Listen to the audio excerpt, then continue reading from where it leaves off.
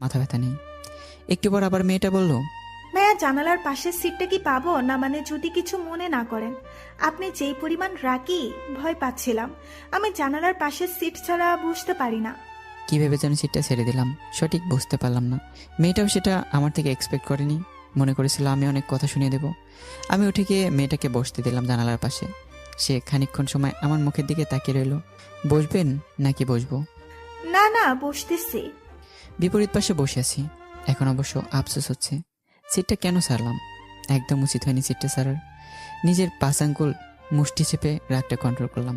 একবার কন্ট্রোল করতে না করতে আবার আরেক কারণ ঘটলো রাগ করার।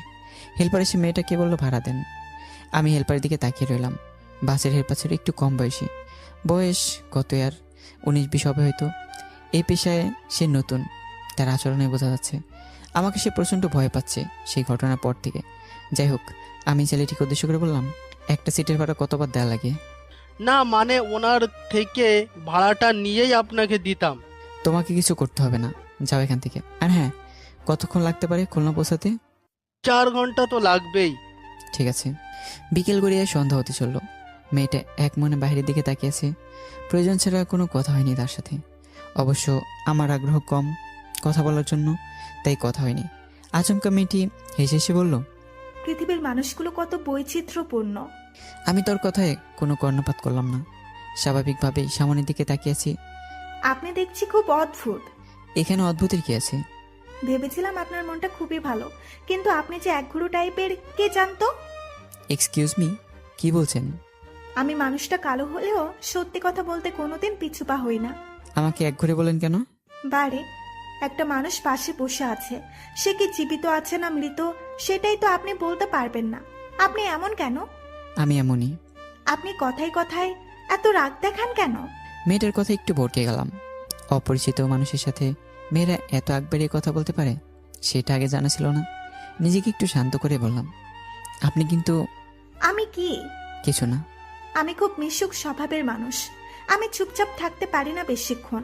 অবশ্য অপরিচিত মানুষের সাথে কথা বলি না, কিন্তু আপনার সাথে কথা বলতে কেন যেন ইন্টারেস্টিং লাগছে। আমার মাঝে সবাই বদমেজাজ খুঁজে পায়, আর আপনার ইন্টারেস্টিং লাগছে? কি অদ্ভুত। শোনেন, একটা কথা বলি। আপনার মাঝে বদ মেজাজ আছে সেটা মানছি, তবে আপনার মাঝে সুন্দর একটা মন আছে। মেয়েটার কথা শুনে আমি রীতিমতো স্তব্ধ। এমন কথা কারো মুখ থেকে এই প্রথম শুনলাম। মেয়েটা কথা বলে বাইরের দিকে মুখ ফিরিয়ে মুসকে মুসকে হাসছে। অস্বীকার করব না, মেয়েটার গুছালো দাঁতগুলোর হাসিটা দেখার মতো। আমি একটু কড়া হয়ে বললাম, সুন্দরমন দেখলেন কোথায়?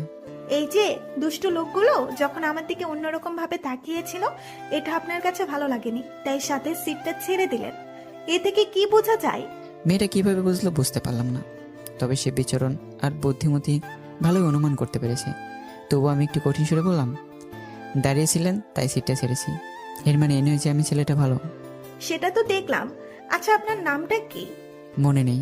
ছেলেদের এত অ্যাটিটিউড ভালো না। কেন? মেয়েরাই শুধু ভাব দেখাতে পারবে, ছেলেরা পারবে না? আপনি রাগান্বিত হবেন না। আপনার এই রাগান্বিত মুখটা খুব ভয় করে। থেমে গিয়ে একটু শান্ত হলাম। চুপ করে অন্যদিকে তাকিয়েছি। মেয়েটা সত্যিই সাদাসিধে, মানুষের সাথে মিশতে চায়, কিন্তু আমি তো তার বিপরীত। একদম কাছের মানুষ না হলে কারোর সাথে মিশি না। এমনকি আব্বুর সাথে আমি কখনো ভালো কথা বলিনি। মা বাবা দুজনের প্রতি আছে আমার অগণিত ঘৃণা। তাদের জন্য আমি আর আমার বোন নিঃসঙ্গ হয়েছি। আজকে এতটাই বছর তরিকে না দেখে রয়েছি। অবশ্য বাবা এখন বেঁচে নেই। বাবার মৃত্যুটা আজও রহস্যজনক। প্রকৃত নিয়মে মৃত্যু নাকি মার্ডার, সেটা আজও কেউ স্পষ্ট জানে না। আমি ছিলাম নিউ ইয়র্কে, বাবা ছিল একা বাড়িতে, তাই কেউ এতটা গুরুত্ব দেয়নি। ভিসার জটিলতার কারণে আমি সেদিন বাবাকে দেখতে পারিনি। এলাকার অনেক মানুষের মুখে শুনেছি, যেদিন আব্বুর মৃত্যু হয় সেদিন সকালে নাকি আম্মুকে অনেকে আমাদের বাড়ির আশেপাশে দেখেছে। এতগুলো বছর পর আম্মুকে বাড়ির আশেপাশে দেখাটা অনেকটা ভাবনায় ফেলে দেয় সবাইকে। পরে দুপুরের দিকে সবাই জানতে পারে আব্বুর মৃত্যু হয়েছে। আব্বুর রুমের ভিতরেই বিছানার উপরে লাশ উদ্ধার করে সবাই। যেহেতু আম্মুর উপস্থিতি রয়েছে ঘটনার পিছনে, তাই আমি এটা নিয়ে সবাইকে এত নাড়াচাড়া করতে বলিনি।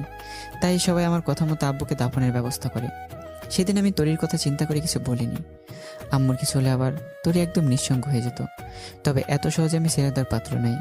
এখন দেশে এসেছি, অনেক সময় নিয়ে ঘটনার মূল রহস্য বের করব। আম্মুর প্রতি আমার আগে থেকে ঘৃণার পাহাড় জন্মেছে। তারপর আব্বুকে মার্ডার করার মতো ঘটনা